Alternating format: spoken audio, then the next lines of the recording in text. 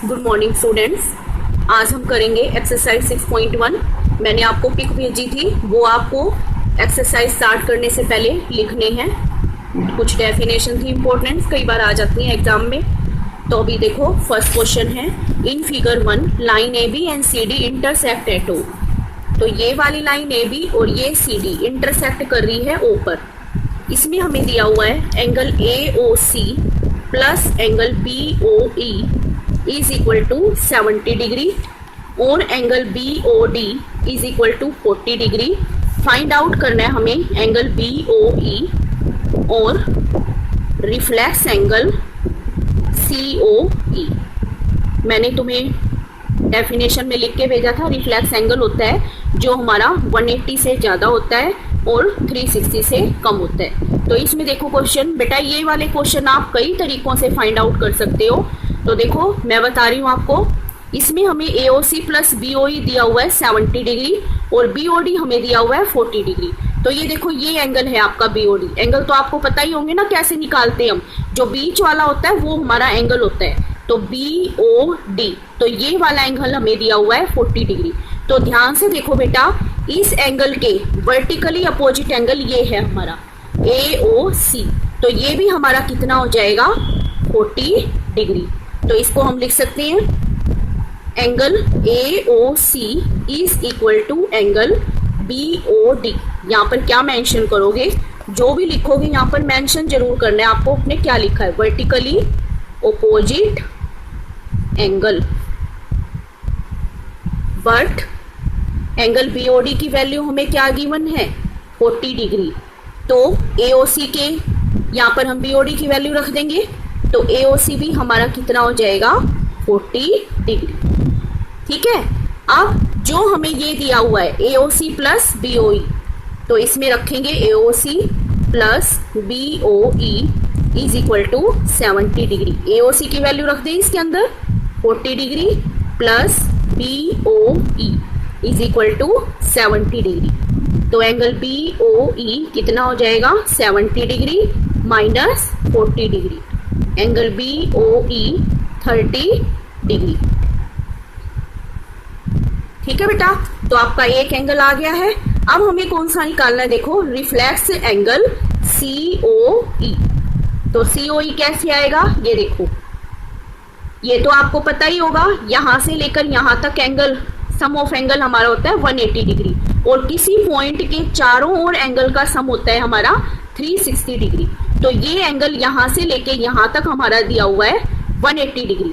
तो इसमें देखो हम इसको ये लिख सकते हैं angle AOC plus angle BOE plus angle COE is equal to 180 degree.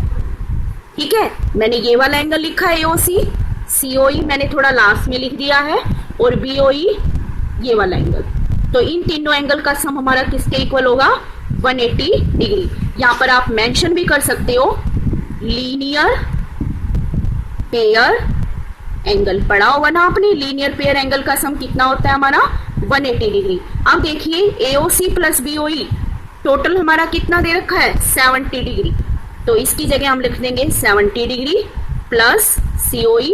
अलग अलग भी रख सकते हो क्योंकि AOC की वैल्यू हमने 40 निकाली है, BOE की 30 निकाली है, तो 40 प्लस 30 भी लिख सकते हो आप, लेकिन मैंने इकट्ठा लिख दिया है। तो ये आ गया angle COE is equal to 180 degree minus 70 degree.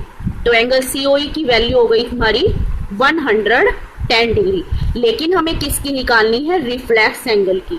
तो रिफ्लेक्स एंगल जब हमें निकालना होता है तो जो भी एंगल हमारा आएगा उसको हम क्या करते हैं, 360 में से माइनस कर देते हैं। तो ये हमारा आ जाएगा 250 डिग्री, रिफ्लेक्स एंगल COE। एक बार दोबारा से समझो, इसमें देखो AOC BOD के बराबर हो जाएगा, वर्टिकली अपोजिट एंगल। BOD की वैल्यू हमारी 40 है, तो AOC की भी कितनी हो जाएगी, 40 डिग्री। अब BOE की वैल्यू निकालने के लिए मैंने जो गिवन है उसके अंदर AOC की वैल्यू पुट कर दी, तो यहाँ से हमारी BOE की वैल्यू आ गई। अब यहाँ से लेके यहाँ तक हमारा एंगल है लीनियर पेयर, तो इसके अंदर जब हम वैल्यू रखेंगे तो सीओई की वैल्यू आ जाएगी 110 डिग्री, और रिफ्लेक्स एंगल निकालने के लिए जो एंगल हमारा आता है उसको हम 360 में से माइनस कर देते हैं। ये हो गया आपका फर्स्ट क्वेश्चन। सेकंड देखिए, सेकंड क्वेश्चन में आपको ये डायग्राम दिया हुआ है, एक्स वाई और ये और एक ये ऐसे रे दी हुई है, ये ए दिया हुआ है, ये बी दिया हुआ है और ये आपका सी दिया हुआ है, एम एन और ये पी। तो इसमें साफ पता लग रहा है कि ये हमारा एंगल 90 डिग्री का है। तो एंगल पीओवाई हमें गिवन है 90 डिग्री, और एक्स वाई और एम एन इंटरसेक्ट कर रही हैं ओ पर, और ए रेशो बी हमें दिया हुआ है 2:3। फाइंड सी। तो इसमें देखो मैंने बताया ना यहाँ से लेके यहाँ तक ये लीनियर पेयर है, तो इसमें मैं ये लिख सकती हूँ, इस ये एंगल ए दिया हुआ है, a plus b plus angle P O Y is equal to 180 degree. ये हो गया हमारा linear pair. A plus b angle P O Y है हमारा 90 डिग्री 180 डिग्री। तो a plus b is equal to 180 degree minus 90 degree. तो a plus b हमारा किसके इक्वल हो गया? 90 डिग्री के। लेकिन ये आपको पता है ना, जब रेशो में होता है तो उसमें हमें कुछ फाइंड लेट करना होता है। तो a की value let a is equal to 2x and b is equal to 3x, क्योंकि b की वैल्यू 3 है और a की 2 है।